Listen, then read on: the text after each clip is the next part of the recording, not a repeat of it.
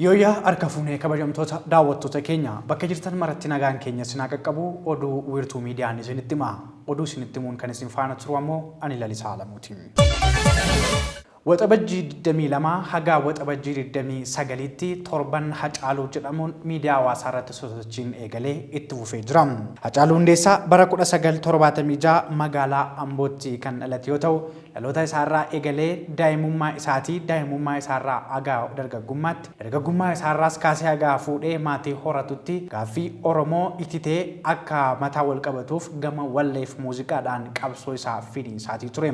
Addatti ammoo muuziqaan Oromoo bifa addaatiin jabaatee jiruuf jireenyi Oromoo akkasumas ammoo afaan addunyaa kan ta'e hojiin aartii akka Oromoodhaaf jabaatuuf gahee guddaa baataatii ture. Qabsoo Oromoo keessatti gahee mataa isaatii kan qabaachaa ture aartistiin kun aartistii guddaa fi jaallatamaa gitaa fi hiriyaa hin qabne muuziqaa Oromoo keessatti gahee leencaa baataa kan ture Hacaaluu Hundeessaa. Waxabajjii 29 bara 2020 humnootii hin beekamneen magaalaa Finfinnee keessatti ajjeefamuunsaa ni yaadatama. Kanaanis ammoo sirni gumaa isaatii haga yoomaa abbaan Hacaaluu ajjeese ifatti hin beekamin jira. Namoonni ajjechaa Hacaaluudhaan shakkamanii jiran illee murtii wal fakkaataan hin fudhatamne jechuun komii fi gungummiin uummata Oromoo fi Oromiyaa akkasumas ammoo maatii Hacaaluu biraa ka'atii jira. Gumaan Hacaaluu har'allee daandii gubbaatti kan barbaadamaa jirudha. Haa ta'uutii hojiilee gurguddaan Hacaaluu Hundeessaa hojjetaatii ture haga yoonaatti yoomiyyuu kan hin dagatamnee fi seenaan kan isa hin irraanfannedha. Akkuma Hacaaluun seenaan hin nyaatu jedhe seenaa Hacaaluun bara jireenya isaatii keessatti hojjetee darbillee gongumaa hin dagatamu. Bu'uuruma kanaanis ammoo Hacaaluu Foundation kan jedhu haadha manaa isaatiin kan hundeeffame yeroo ammaa kana sosochii industirii muuziqaa Oromoo keessatti gahee mataa isaa akka qabaatuuf hojii gurguddaa hojjetaatii jira.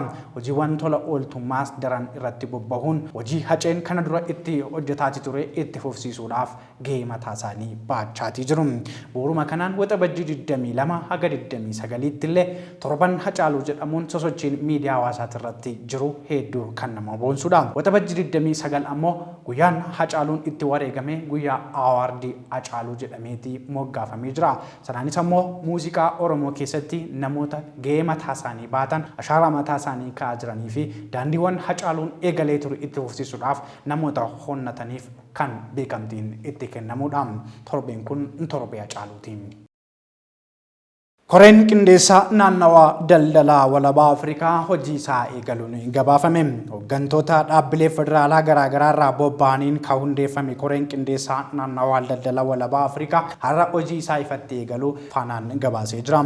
Bara 2016 daldalaa jiraatuu eegalchiisuudhaaf hojiilee jiran saffisiisuuf karoora ba'e irratti mariin bu'aa qabeessi taasifamuun addatti hojiin isaanii bara kana qindoominaan akka eegalus eerameera. Maricha irratti hojicha eegalchiisuuf koreewwan garaagaraa gurmeessuuf waliigaltee irra ga'amu ministeera deetaan ministeera geejjibaa fi loojistiikii obbo Kaasahuun Goofeen gama miidiyaa hawaasummaa dhuunfaa isaatiin ibsanii jiru faanaatu gabaase. Naannoo Oromiyaatti piroojeektiin 19,000 fi 900 ol birrii biliyoona 54 fi miliyoona 280 oliin ijaaraman eebbaaf qophaa'u biiroon koominikeeshinii mootummaa naannoo Oromiyaa beeksiseeti jira. Biirichi ibsa baaseen bu'uuraalee misoomaa qulqullinaa fi yeroo karoorfametti xumuruun tajaajilaaf oolfachuun guddina biyya tokkoof utubaa ta'uu eeree jira. Hojii kana haala barbaadamuun mirkaneessuuf ijaarsi piroojeektoota bu'uuraalee misoomaa dhimma xiyyeeffannoon olaanaan hojjetamuu qabuudhas jedhee jira. Haa ta'uutii malee ijaarsi piroojeektoota harkifachuu qofa osoo hin taane qulqullina dhabaachuun xumuramuu dhabuun biyya keenyatti waggoota dheeraaf rakkoolee bulchiinsa gaarii hamaa uummata dallansiise keessaa tokko ta'uu yaadachiiseeti jira. Komii fi gaaffii uummataa furee imala badhaadhinaa milkeessuuf mootummaan naannoo Oromiyaa jijjiiramaan as murtee jajjabaa fudhachuun ijaarsa piroojeektootaa fi xiyyeeffannoo olaanaa kennee hojjetaa jiraachuus koominikeeshinichi ibsa isaatiin eeree jira. Kanaanis ammoo piroojeektiin buleeyyiin waggoota dheeraaf harkifachuun madda komii fi rakkoo bulchiinsa gaarii ta'aa turan xumuramuudhaan tajaajilaa fi ooluu ibsuun tarkaanfii haaraa ijaarsa piroojeektoota baay'ina qulqullinaa fi ariitiin xumuramuuf waggoota arfan darbee fudhatan ijaarsa piroojeektoota yeroo qabameef keessatti qulqullinaa barbaadamuun akka xumuramuu taasifamuunis heeramee jira.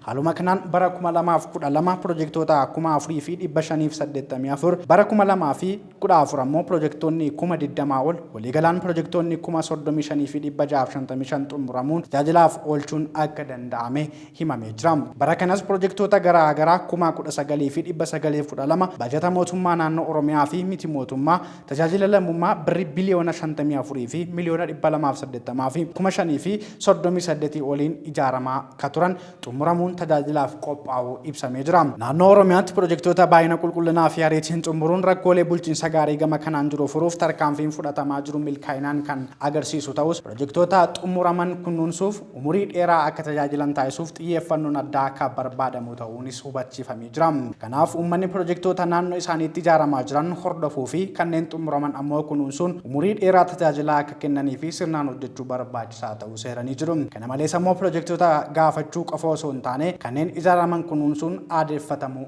akka qabuus dhaamameera. Pirojektoonni bara kana eebbaaf qophaa'an kunniin namoota miliyoona 30 ol fayyadamoo akka taasisan yoo ta'an mootummaan naannoo Oromiyaa muuxannoo waggoota arfan darbe cimsuun bu'uuraalee misoomaa naannichatti qulqullina ariitii fi baay'inaan ijaaruun fayyadamummaa uummataa gama hawaasummaa dinagdee fi siyaasaan mirkaneessaa imala badhaadhinaa galmaan ga'uuf xiyyeeffannoon kan hojjetu ta'uu biiroon koominikeeshinii mootummaa naannoo Oromiyaa ibsa arra ganama baaseen ibsee jira. Magaalaa Finfinneetti jiraattota gatiin kiraa itti dabaleef hojimaanni komii itti dhiyeeffatan ifoomuun addeeffame. Bulchiinsi magaalaa Finfinnee jiraattota magaalichaa gatiin kiraa manaa itti dabalee hojimaata komii ittiin dhiyeeffatan ifoomsee jira. Kaabineen bulchiinsa magaalichaa guraandhala 30 bara 2015 murtee dabarseen kireessaan kamuu haga yeroo murtaa'etti gatii kiraa dabaluu akka hin dandeenye murteessuun isaanii yaadatama. Haaluma kanaan jiraattonni magaalaa Finfinnee gatiin kiraa manaa itti dabalame ragaa qabachuun kibxata waxabajjii 20 bara 2015 eegalee komii isaanii dhiyeeffachuu akka danda'an bulchiinsi magaalichaa beeksisee jira. Jiraattonni komii isaanii kutaa komii fi bulchiinsa gaarii aanaa jiraataniitti akkasumas ammoo biiroolee hojii gaggeessaa aanaaleetti dhiyeeffachuu akka danda'an kan ibsu ragaan waajjira kantiibaa magaalaa Finfinnee irraa argame ni addeessa. Hundeeffama waggaa 50ffaa adda bilisummaa Oromoo ilaalchisuudhaan adda bilisummaa Oromoo har'a ganama miidiyaaleedhaaf ibsa kenne. Hayyudureen ABO obbo Daawud Ibsaa ibsa miidiyaaleef kennaniin uummata Oromoo hundaaf akkasumas miseensota ABO fi qabsaa'ota Oromoo hundaan bakka hundeeffama waggaa 50ffaa ABO geessanii jedhan. Koree qindeessituu ayyaana waggaa 50ffaa ABO obbo Alamaayyoo Dirroo gama isaaniitiin adoolessa tokko bara 2023 sirni hundeeffama ABO ifatti ni kabajamaa jedhan. Dabalata oduu kana Odaa Abtaamuu qindeeffatee jira. Addi bilisummaa Oromoo ibsaarra miidiyaaleef kennaniin sirna cunqursaa jaarraa tokkoof walakkaaf uummata Oromoo irra ture xumuratti gochuuf waggaa 50 dura dhaaba jabaa fi gaaffii Oromoo Oromiyaa cululuqsee gaafatuu fi deebii humnaanis ta'u karaa siyaasaa argachuuf qabsoo siyaasaa fidhannoon qabsootti seenee jedhan. Addi bilisummaa Oromoo erga hundeeffame eegalee haga har'aatti seenaa qabsoo Oromoo ammayyeessuu fi gaaffii Oromoo faffacaatiin ture qindeessee gaaffiin Oromoo maal akka ta'ee fi maal argachuuf akka qabsaa'u dhaaba siyaasaa Oromoo jalqabaatti jedhan hayyudureen adda bilisummaa Oromoo obbo Daawud Ibsaa.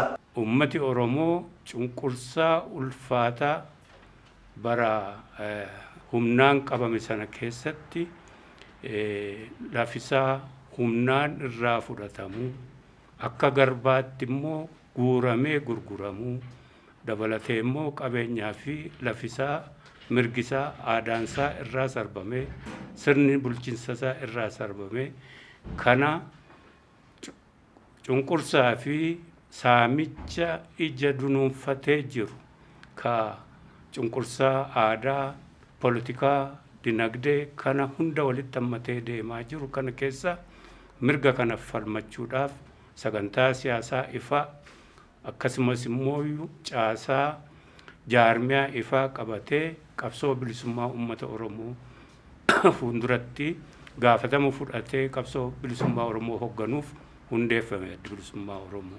Jireenya adda bilisummaa Oromoo har'aaf aarsaa kan kaffaltan adda bilisummaa Oromoo waggoota 50 ga'uusaaf lafee fi lubbuu warri itti kaffaltan baga gammaddan baga geessan jechuun hundeeffamuu waggaa 50ffaa adda bilisummaa Oromoof ergaa baga geessanii dabarsan. Qabsoo kana kabaatanii wareegamanii wareegama ulfaataa baasanii kaasiin gahanii hoogganoota adda bilisummaa Oromoo dirree waraanaa adda addaa keessattii fi haala adda addaa keessatti ka wareegamanii kabajaa bara baraa isiniif mala jennee amannaa kabajaa bara baraa jennaa jechuudha. Maatii isaanii kanneen jaallan qaqqaalii kana dhaban hundaatiif immoo qabsichi akkasumatti nafnee asiin gaheera baga gammaddanii isiniin jedhaa jechuudha waggaa 50 kana keessatti. Addi bilisummaa Oromoo haqaa fi haqaan hojjechuun gaaffii siyaasaa keessatti hireen Oromoo akkaataa isaaf malutti gaaffii siyaasaan furuuttamanee qabsoo isaa kan jabeessu ta'uu ibsan. Uummata hundaatii fi mirga uummata hundaatiif kabajaa akka qabudha addi bilisummaa Oromoo. Addi bilisummaa Oromoo shira siyaasaa akkasumas immoo daba uummata Oromoo uummata biraa irrattii fi uummata kamii irrattuu fi jaarmaya siyaasaa kamuu irratti hojjechuudhaan mirgi argama jedhee naman. Koree qindeessituu ayyaana waggaa 50ffaa adda bilisummaa Oromoo obbo Alamaayyoo Diroo gama isaaniin adoolessa 1 bara 2023 sirni hundeeffama adda bilisummaa Oromoo ifatti ni kabajamaa jedhaniiru. Qindoominaan hojjannaa adoolessa 1 bara 2023 akka guyyaa baniinsa kabaja ayyaana kanaa ta'etti fudhatama. Qaamni as jiruu fi qaamni ala jiru waliin qindoominaan sagantaa qopheessaa jira. Godina Wallagga Lixaatti daandiin aanaalee Haaruu, Hoomaa fi Ganjii geessu addaan cituun rakkoo geejjibaaf saaxilamaa jiraachuu jiraattonni himatanii odaabtaamuu dabalatoo oduu kana akka itti aanutti qindeesseera. Wallagga Lixaatti daandiin gara aanaalee Haaruu, Hoomaa fi Ganjii geessu waan citeef jiraattonni aanaalee kunneenii gara godinaa fi aanaa tokkorraa gara aanaa birootti deemuuf rakkachuu isaanii wiirtuutti himan. Aanaaleen kunneen tajaajila ambulaansii, konkolaataa deddeebisa uummataa fi konkolaataan fe'iisaa rakkoo daandii kanaaf akka barbaadametti malaa waan hin jirreef rakkoo daran ammaate keessa jira jechuun dubbatan. Daandiin gara aanaalee geessu kun gandoota akka Qakkii, Goljaallataa fi Gambeela Bakkota jedhamanitti cituun imalaaf rakkoo ta'us himan. Dubartiin da'umsaaf buufata fayyaa aanaarraa gara hospitaala magaalaa Gimbiitti referaaliin barreeffamuuf ambulaansiin atattamaan qaqqabuuf daandiin adda cituun waan danqaa ta'eef rakkoo guddaa nutti teera jechuun jiraattonni wiirtuutti himan. Daldaalonni aanaa fi godina Gimbii gidduu daldalan oomisha gabaa aanaalee irraa binnee gara godinaatti fe'uuf akkasumas meeshaalee daldalaa ammoo godinarraa gara aanaaleetti erguuf daandiin waan nu rakkiseef kisaaraa guddaaf saaxilamaa jirra jedhan. Dabalataanis hojjettoonni mootummaa aanaalee kanarraa hojjetan kanneen barnoota yuunivarsiitii sanbata deddeebi'anii Gimbiitti baratan barnoota keenya hanga adda kutuutti dirqamneera jechuun dubbatan. Rakkoon daandii kun waggaa dheeraaf iyyannus furmaati tokko kan nuuf hin laatamnee fi waqtiin gannaa yoo ga'u nuuf yaaddoo guddaadha jechuun jiraattonni miidiyaa wiirtuutti himan. Rakkoo kanaaf qaamni dhimmi isaa laallatu furmaatatti nuuf haa kennu jechuunis himaniiru. Daawwattoota keenya oduun keenya ammallee akkuma tufetu jira amma oduu biyya alaattan isin ceesisa. Afrikaan kibbaa dho'iinsa baatii caamsaa darbee biyyattiitti mudateen albuuda baasota biyya Leesotoo 31 du'aniif dhimma isaanii qorachaa jiraachuu beeksiste. Gammachuu Tsaggaayee dabalatoo oduu kana akka itti aanutti qindeeffateera. Afrikaan kibbaa dho'iinsa caamsaa darbe keessa mudateen albuuda baastonni lammii Leesotoo baay'inaan 31 ta'an lubbuun darbuu isaanii wal qabatee qorannoo taasisaa akka jirtutu dhaga'amaa jira. Afrikaa kibbaa kutaa bulchiinsa Free State keessa bakka albuudi baafamaa ture amma hojii dhaabe keessatti dho'iinsi gaazii caamsaa 18 mudateen yoo xiqqaate namoonni 31 du'uu isaanii aangawoonni biyyattii jimaata har'aa caamsaa 23 2023 ibsaniiru. Namoonni du'an kun lammiilee biyya ollaa Afrikaa kibbaa taate Leesotoo irraa dhufanii hojii albuuda baasuu irratti bobba'anii jiran akka ta'an aangawoonni mootummaa Afrikaa kibbaa gabaasaniiru. Namoonni hojii albuuda baasuu irratti bobba'anii turan kunis hojii albuuda baasuu mootummaa Virjiiniyaatiin magaalaa Weelkoom keessatti geggeeffamu irra osoo jiranii du'uu isaanii ministeerri qabeenya albuudaa fi enerjii biyyattii beeksiseera. Sababni du'a isaanii maal akka ta'e ifa ta'uu baatus ministeerri qabeenya albuudaa fi enerjii biyyattii akka jedhetti qorannoo taatee kanarratti geggeeffameen dhugaa qabatamaa bira ga'uuf gargaarsa dhaabbata albuuda baasu kan Harmoonii Gold jedhamu kan bara 1990moota keessa hojii dhaabirraa gaafachuun odeeffannoon dhaabbaticharraa argames qilleensi naannoo sanaa faalamaa ta'uu isaatiin wal qabatee ho'iinsi bakka albuuda baasan sana jiru baay'ee olaanaa ta'uu isaatu balaa kanaaf sababa ta'e jechuun murtoo mamiidhaan guute dhiyeessaa jira. Aangawoonni Free State akka jedhanitti ammallee gaaziin gosa meetinii jedhamu kan balaa guddaa geessisu boolla albuudaa keessa waan jiruuf garee sakatta'insaa gara buufata albuudaatti erguun reeffa akka hin baasne danqaa ta'aa akka ture biiroochi ibsa jimaata har'aa baaseen addeesseera. Mootummaan biyyattii waan rakkoo ulfaataa fi ajaa'iba ta'e kana saffisaan furuuf filannoowwan adda addaa ilaalaa akka jiru ibseera. Dabalataanis aangawoonni mootummaa reeffa 3 erga albuuda baastota seeraan alaa kan birootiin bishaan keessaa baafamanii booda arganneerra jechuun gabaasaa jiru. Albuuda baastonni seeraan alaa shakkaman kanneen biroo 16 akkasumas kanneen boolla albuudaa keessa turan aangawootatti harka kennaniiru jechuudhaan poolisiin biyyattii gabaaseera. Dubbi himaa dhaabbata Harmoonii Gold kan ta'an Sihiilee Maakee akka jedhanitti dhaabbatichi taatee caamsaa 18 mudate kana akka dhimma yakkaatti ilaaluun qorannoo dabalataa dabalataaf poolisii Afrikaa kibbaatti dabarsee kenneera. Dabalataanis dhaabbanni kun tarkaanfiiwwan itti aanan irratti kallattii kennuudhaaf ministeera qabeenyaa albuudaa fi enerjii waliin hojjechaa jirra jechuu isaanii Aljeeziraa Niwus gabaasee jira.